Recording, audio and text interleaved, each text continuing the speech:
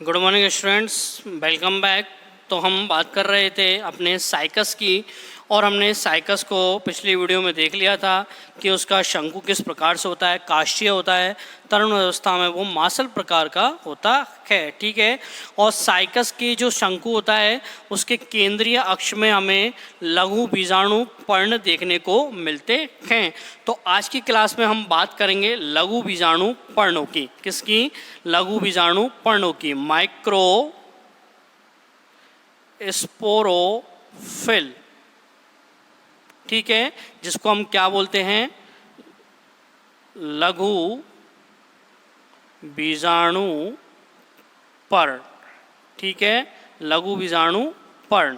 तो लघु बीजाणु पर्णों को देखेंगे तो हमने देखा कि लघु बीजाणु पर्ण साइकस में नर शंकु के केंद्रीय अक्ष पर लगे हुए होते हैं। देखा था ना पिछली वीडियो में, डायग्राम जो बनाया था हमने उसमें ये लगे हुए थे। जो लघु बीजाणु पर्णों की संख्या होती है वो कैसी होती है? असंख्य होती है। तो असंख्य लघु बीजाणु पर्ण यहाँ हमें देखने को मिलेंगे। यह सभी लघु बीजाणु पर्ण साइकस में सर्पिलाकार क्रम में व्यवस्थित होते हैं। किसमें? सर्पिलाकार क्रम में मिलेंगे। ठीक है। और लघु बीजाणु पर्णों का जो आकार होता है वो सामान्यतः हमें कितना होता है? 3 से 5 सेंटीमीटर लंबा और 12 से 23 या 12 से 25 चौड़ा होता है। ठीक है। तो 3 से 5 सेंटीमीटर लंबा हो गया और हमारा 12 से 23 का कैसा होता है? चौड़ा भाग होता है। ठीक है। जो लघु बीजाणु पर्ण होते हैं वे नर शंकु पर लगे हुए हैं, और यह लघु बीजाणु पर्णों में क्या है? लघु बीजाणु धानियाँ हमें देखने को मिलती है। लघु बीजाणु धानियों को सामान्यतः 3 भागों में विभाजित किया गया है। तो लघु बीजाणु पर्ण के कितने भाग हैं? 3 भाग। पहला भाग हो गया हमारा ब्रंत। कौन सा हो गया? ब्रंत। और दूसरा भाग होता है हमारा मध्य उर्वर भाग, मिडिल फर्टाइल पोर्शन। ठीक है। और थर्ड पार्ट होता है हमारा शीर्ष भाग। कौन सा? शीर्ष भाग, जो कि मुक्त होता है, और इसको कहते हैं हम एपोफाइसिस। क्या बोलते हैं हम इसको? एपोफाइसिस। ठीक है। जो हमारा लघु बीजाणु पर्ण होता है उसमें ब्रंत और शीर्ष भाग दोनों ही कैसे होते हैं? हमारे स्ट्राइल होते हैं, बंद होते हैं। तो ब्रंत और शीर्ष भाग हमारे कैसे भाग होंगे? ये स्ट्राइल। कैसे होंगे? ये है स्ट्राइल होंगे, बंध प्रकार के होते हैं। ठीक है। क्योंकि इसमें किसी भी प्रकार के लघु बीजाणु दानियाँ नहीं होती हैं और ना ही ये जनन में सहायक होते हैं। तो बंध प्रकार के होते हैं ब्रंत और शीर्ष भाग। जो मध्य भाग होता है वह हमारा फर्टाइल होता है। कैसा होगा? ये फर्टाइल होता है, जनन क्षम होता है। ठीक है। जनन करने वाला होता है। उसके बाद में हम बात करते हैं जो लघु बीजाणु धानियाँ हैं उनमें जो नीचे ब्रंत लगा हुआ होता है वह सीधे ही हमारा क्या है? संवहन तंत्रों से जुड़ा हुआ होता है। हम ब्रंत की बात करें इसमें लघु बीजाणु पर्ण में, तो ब्रंत जो भाग होता है वह सीधे ही अपने संवहन तंत्रों से जुड़ा हुआ होता है। कैसा होगा? संवहन तंत्रों से जुड़ा हुआ होगा। अपना बंध भाग होता है। कैसा होगा? ये बंध भाग होता है। ठीक है। बंध भाग होता है। अब हम उसके बाद में बात करते हैं लघु बीजाणु पर्णों की संरचना के बारे में कि लघु बीजाणु पर्ण किस प्रकार से हमें देखने को मिलते हैं। तो लघु बीजाणु पर्ण का हम एक डायग्राम बनाते हैं छोटा सा, और उसमें हम देखते हैं तो लघु बीजाणु पर्ण में हम देखेंगे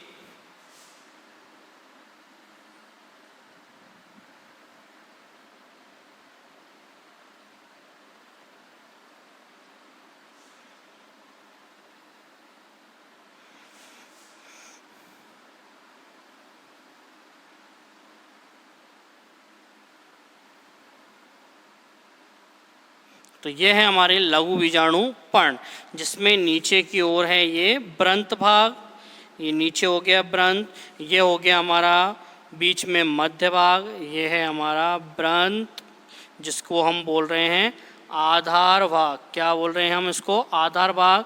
यह हो गया हमारा मध्य भाग।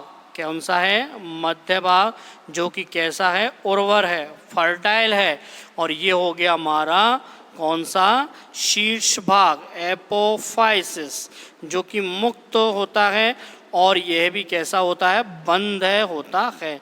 तो यह है हमारा शीर्ष या एपोफाइसिस। ठीक है, इसको हम क्या नाम दे रहे हैं? एपोफाइसिस। और जो हमारा मध्य भाग होता है वह उर्वर है और इसमें बीजाणु दानियाँ लगी होती हैं जो कि अपने समूह में होती हैं ऐसे। और यहाँ पर समूह में उपस्थित होकर ये सौरस का सौराई का निर्माण करती है। किसका? सौराई का ये यहाँ पर निर्माण करेंगी।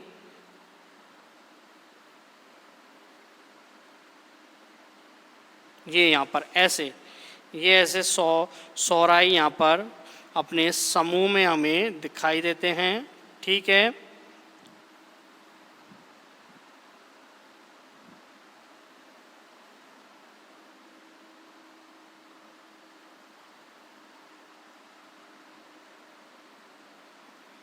ये हो गया हमारे सौराई। और इन सौराइयों के मध्य भाग से हमें कुछ हेयर लाइक स्ट्रक्चर्स हमें दिखाई देते हैं जो कि द्विकोशिकीय होते हैं। ऐसे ऐसे होंगे इसमें द्विकोशिकीय।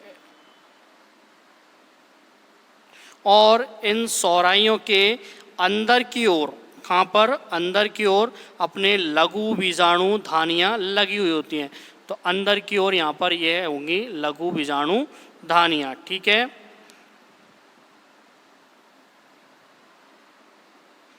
यह है हमारी लघु बीजाणु धानियाँ जो कि एक पैपिला के द्वारा घिरी हुई होती हैं। एक स्तर है ये पैपिला। तो ये मध्य भाग, और मध्य भाग में ये हो गई हमारी सौराई। ठीक है, सौराई, सौराई भाग होता है। और ये है हमारा डायग्राम लघु बीजाणु पर्ण का। किसका है ये? लघु बीजाणु पर्ण का। तो लघु बीजाणु पर्ण में हमने बात की ना अभी ब्रंत भाग की, जो कि नीचे होता है, आधार भाग होता है और सीधे ही संवहन तंत्रों से ये जुड़ा हुआ होता है। संवहन तंत्रों से ये अपने जल, भोजन आदि की मात्रा को पूर्ति करता है। और यह अपना जो भाग होता है वो कैसा होता है? बंद होता है, स्टेराइल भाग होता है। ठीक है, अब उसके बाद में हम लघु बीजाणु पर्ण की बात करेंगे, उसमें मध्य भाग की। किसकी बात करेंगे हम? मध्य भाग की, जो कि अपना बीच में होगा। और मध्य भाग हमेशा कैसा होगा? अपना उर्वर होगा, फर्टाइल होगा। ठीक है, कैसा होगा? ये फर्टाइल होगा। और इस मध्य भाग में अत्यधिक संख्या में बीजाणु धानियाँ उपस्थित होती हैं। क्या होगा इसमें? बीजाणु धानी उपस्थित होती हैं। इन बीजाणु धानियों की जो संख्या होती है मध्य भाग में वो हमेशा फिक्स होती है, निश्चित संख्या होती है। और साइकस की अलग अलग जातियों में इसकी संख्या अलग अलग होती है। ठीक है, जैसे साइकस सर्सिनेलिस में होती है अपनी 700। कितनी होती है बीजाणु संख्या साइकस सर्सिनेलिस में? 700। तो साइकस सर्सिनेलिस में बीजाणु धानी हमें 700 दिखाई देते हैं। ठीक है, उसके बाद में हम बात करें साइकस मीडिया की, तो साइकस मीडिया में यह 1160 में होते हैं। किसमें? 1160 की संख्या में। तो साइकस मीडिया में इनकी संख्या है 1160। इन बीजाणु धानियों की संख्या कैसी होती है? फिक्स होती है। तो बीजाणु धानी की संख्या निश्चित होती है, यहाँ पर फिक्स होती है, ठीक है, फिक्स होती है ये, ठीक है। अब उसके बाद में हम देखते हैं बीजाणु धानियाँ अपने आपस में जुड़ जाती हैं और यह एक बंध प्रकार की लेयर्स बनाती हैं। क्या होती हैं? जो यह बीजाणु धानियाँ होती हैं अपने नीचे की ओर बंध प्रकार का एक आरेख बनाती हैं और ये बंध प्रकार का जो आरेख होता है वो वृंतभागी होता है, ठीक है। यह बीजाणु दानियाँ फर्टाइल होगी, पूरा मध्य भाग ही फर्टाइल होता है और समस्त या पूरी बीजाणु दानियाँ आपस में क्या है जुड़ जाती हैं और जुड़कर यह एक सौराई या पुंज का निर्माण करती है। तो बीजाणु धानी जुड़कर या जोड़कर किसका निर्माण करेंगी? ये पुंज का निर्माण करती है और इस पुंज को ही हम बोलते हैं सौराई। क्या नाम देते हैं इसको? सौराई। तो हमें सौराई क्या है इसमें मध्य भाग में हमें दिखाई दे रही हैं और इन सौराइयों के बाहर में कुछ हमें रोमनुमा संरचना दिखाई देती है और यह रोमनुमा संरचना हमारे द्विकोशीय रोम होते हैं। क्या होते हैं? ये हमारे द्विकोशीय रोम होते हैं, ठीक है। तो अब हम बात करें अगर सौराई की, तो सौराई की संरचना में हम देखते हैं इस प्रकार से सौराई अपने बीजाणु धानियों को अंदर की तरफ लिए हुई होती है, ऐसे अंदर की तरफ ये हैं। तो ये हमने कोई एक सौराई देखी इसमें मध्य भाग में और इनके मध्य भाग में इनसे क्या निकले हुए हैं? कुछ बालनुमा संरचना, ये ऐसे हेयर लाइक स्ट्रक्चर्स निकले हुए हैं। इनको बोलते हैं हम द्विकोशिकीय प्रेरक रोम, ठीक है। क्या है ये? द्विकोशिकीय प्रेरक रोम है और ये है हमारे अंदर की ओर बीजाणु धानी। क्या है ये? बीजाणु धानी। और यह बीजाणु धानियाँ हैं वो सौराई के अंदर अपने क्या हैं बंधी हुई होती हैं और यह अपने चारों तरफ एक फर्टाइल माध्यम बनाती है, फर्टाइल होगी और अपने बाहर की ओर इसमें एक स्तर और पाया जाता है। यहाँ पर अपने प्रत्येक सौरस के बाहर एक स्तर पाया जाता है जिसको हम नाम देते हैं क्या? स्फुटन सतह। क्या नाम देंगे हम इसको? स्फुटन सतह। तो यह हो गई हमारी स्फुटन तल या स्फुटन सतह। जब भी बीजाणु धानियों में क्या होगा? अपने बीजाणुओं का निर्माण होगा तो यह स्फुटन सतह फटती है और वहाँ से अपने लघु बीजाणु बाहर निकल जाते हैं जो कि नर युग्मक का हमारा क्या करते हैं? निर्माण करते हैं। तो यह हो गई हमारी एक सौराई, ठीक है। ये सौराई का डायग्राम है, ठीक है। और यह जो सौराई होती है इसको एक पुंज के रूप में हम नाम देते हैं। अगर एकल को देखें, हम एक की बात करें तो उसको हम बोलेंगे सौरस। क्या नाम देंगे हम उसको? सौरस। तो सौराई तो हमारा क्या है? एक प्लूरल वर्ड है और सौरस है हमारा सिंगुलर वर्ड, ठीक है। सौराई है प्लूरल और सौरस है हमारा सिंगुलर वर्ड, आप इसको याद रखना। अब हम बात करें बीजाणु दानी क्या कर रही हैं? जुड़कर सौराई या पुंज का निर्माण कर रही हैं। तो ये हमने यहाँ पर देख लिया। और यह है जो बीजाणु धानियाँ हैं अपने सौराई के अंदर व्यवस्थित होती हैं और बाहर की ओर यह द्विकोशिकीय प्रेरक रोमों के द्वारा ढकी हुई रहती हैं तथा ये बीजाणु धानियाँ अपने बाहर की ओर एक मध्य पैपिला, तो ये बाहर जो ये स्तर बन रहा है ये अपने सौराई का, ये हमें मध्य पैपिला कहलाती है। क्या कहलाती है ये स्तर? पैपिला। तो पैपिला के द्वारा ये आवृत्तित होती हैं और उनके बाहर ये एक सतहनुमा संरचना है जिसको हमने क्या नाम दिया है? स्फुटन तल, ठीक है। तो स्फुटित होंगी, इस तल से फटेगी। तो इस प्रकार से हमारा क्या है? सौराई या सौरस हमें देखने को मिलता है, ठीक है। जो कि क्या है? स्पंजी ऊतक होता है। ये कैसा होता है? स्पंजी ऊतक होता है और ये हमेशा संचरण का हमें कार्य करता है। किसका कार्य करेगा? ये संचरण का कार्य करेगा। अब ये जो सौराई थी वे अपने लघु बीजाणु पर्ण में व्यवस्थित होती है, और इसमें जो सौराई होती है जो अपने विलुप्त टेरिडोफाइट्स प्लांट हैं या जो साइकेडोफाइट्स जो अपने फॉसिल्स हैं उनमें यह दिखाई नहीं देती थी। क्या जो ये सौराई है जो अपने विलुप्त हैं फॉसिल्स फॉर्म में पाए गए जिम्नोस्पर्म हैं उनमें ये नहीं पाई जाती थी, टेरिडोफाइट्स प्लांट में नहीं होती थी। उनके स्थान पर वहाँ पर सिनेंजिया का निर्माण होता था। किसका? सिनेंजिया का निर्माण होता है। तो हम बात करते हैं अब सिनेंजिया की। किसकी बात करेंगे? सिनेंजिया। तो अपने जीवाश्मी टेरिडोफाइट्स और अपने साइकेडोफाइट्स, जिसमें क्या होगा अपना साइकस के समान जो साइकस के समान दिखने वाले पादप थे, उनमें दिखने वाले पादप, तो उनमें यह संरचना पाई जाती थी। क्या? सिनेंजिया। उनमें हम नाम देते थे उसको सिनेंजिया। ठीक है, तो सिनेंजिया क्या थी? वही लघु बीजाणु पर्ण के आधार भाग पर लगी हुई थी। यह हमेशा एक कोष्ठीय संरचना में पाई जाती थी। क्या थी सिनेंजिया? एक कोष्ठीय संरचना में देखने को मिलती थी, और एक कोष्ठीय संरचना में अंदर की ओर यह हमें द्विबीजाणुक थी। कैसी थी ये? द्विबीजाणुक थी। सिनेंजिया एक कोष्ठ में थी और एक कोष्ठ में अंदर की ओर दो बीजाणु पाए जाते थे, इसलिए इस अवस्था को नाम दे दिया हमने द्विबीजाणुक अवस्था। ठीक है, तो अपने जीवाश्मी टेरिडोफाइट्स पादपों में और जीवाश्मी साइकेडोफाइट्स पादप में सिनेंजिया पाया जाता था। ठीक है, आजकल साइकस की साइकस सर्सिनेलिस और साइकस रेवुलेटा, कौन सा? साइकस सर्सिनेलिस और साइकस रेवुलोटा।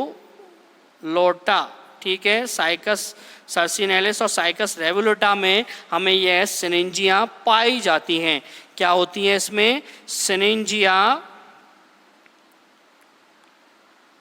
सिनेंजिया उपस्थित होती हैं। इस प्रकार से साइकस सर्सिनेलिस और साइकस रेवुलेटा में सिनेंजिया का पाया जाना एक जातीय वृत्तीय उदाहरण बनता है। किसका बनता है? जातीय वृत्तीय विकास का उदाहरण बनता है। कभी भी इनका विकास हुआ होगा तो इसमें यह जातीय वृत्तीय विकास को यह दिखाते हैं कि इनके समान ही पहले पादप थे जिनमें कि यह संरचना पाई जाती थी। तो साइकस सर्सिनेलिस और साइकस रेवुलेटा में सिनेंजिया उपस्थित होती हैं, एक कोष्ठीय होती हैं और द्विबीजाणुक होती हैं। ठीक है, तो इस प्रकार से हमारा लघु बीजाणु पर्ण में मध्य भाग हमें देखने को मिलता है, जो कि हमारा कैसा होता है? उर्वर होता है, फर्टाइल होता है। उसमें बीजाणु धानियाँ होती हैं, सौराई का वे निर्माण करती हैं और उसमें द्विकोशिकीय रोम हमें देखने को मिलते हैं। ठीक है, अब उसके बाद में हम बात करते हैं लघु बीजाणु पर्ण की शीर्ष भाग की। किसकी? शीर्ष भाग की। तो लघु बीजाणु पर्ण का शीर्ष भाग हमारा ऊपर की ओर उपस्थित होता है, मुक्त होता है, और यह भाग कैसा होगा? हमारा बंध प्रकार का होता है। ठीक है, तो हमारे शीर्ष भाग की हम बात करें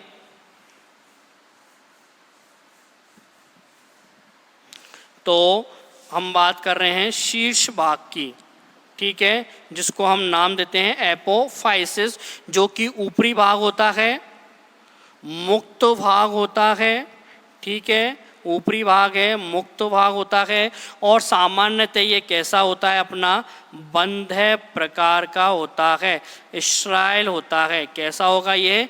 स्ट्राइल भाग होता है, और यह साइकस में ऊपर की तरफ, साइकस के शंकु में केंद्रीय अक्ष पर ऊपर की तरफ यह उपस्थित होते हैं। ठीक है, तो इस प्रकार से हमारे लघु बीजाणु पर्ण हमें देखने को मिलते हैं। साइकस में सर्पिलाकार क्रम में है, असंख्य संख्या में होते हैं साइकस में। ठीक है, और जिसमें अपने लघु बीजाणु धानियाँ पाई जाती हैं जिनकी संख्या निश्चित होती है। साइकस सर्सिनेलिस में 700 होती है, साइकस मीडिया में अपने 1160 में होती है। और लघु बीजाणु पर्णों में आधार और अपना शीर्ष भाग अपना कैसा होता है, बंद होता है, मध्यभागी उर्वर होता है। ये आप इसको याद करना, लघु बीजाणु पर्ण एग्जामों में हमें पूछा जाता है, वहाँ पर इसकी संरचना को पूछा जाता है। देख, ठीक है। तो आज की क्लास में हम इतना ही देखते हैं लघु बीजाणु पर्णों को। अब हम कल की क्लास में बात करेंगे लघु बीजाणु धानियों की। क्या? लघु बीजाणु धानियों की, क्योंकि लघु बीजाणु पर्ण पर ही लघु बीजाणु धानियाँ नीचे की तरफ हमारे लगे हुए होती हैं, लटकी हुई अवस्था में हमें पाई जाती हैं। तो कल की क्लास में हम लघु बीजाणु धानियों को देखेंगे। तो आज की क्लास में इतना ही। धन्यवाद। Thank you.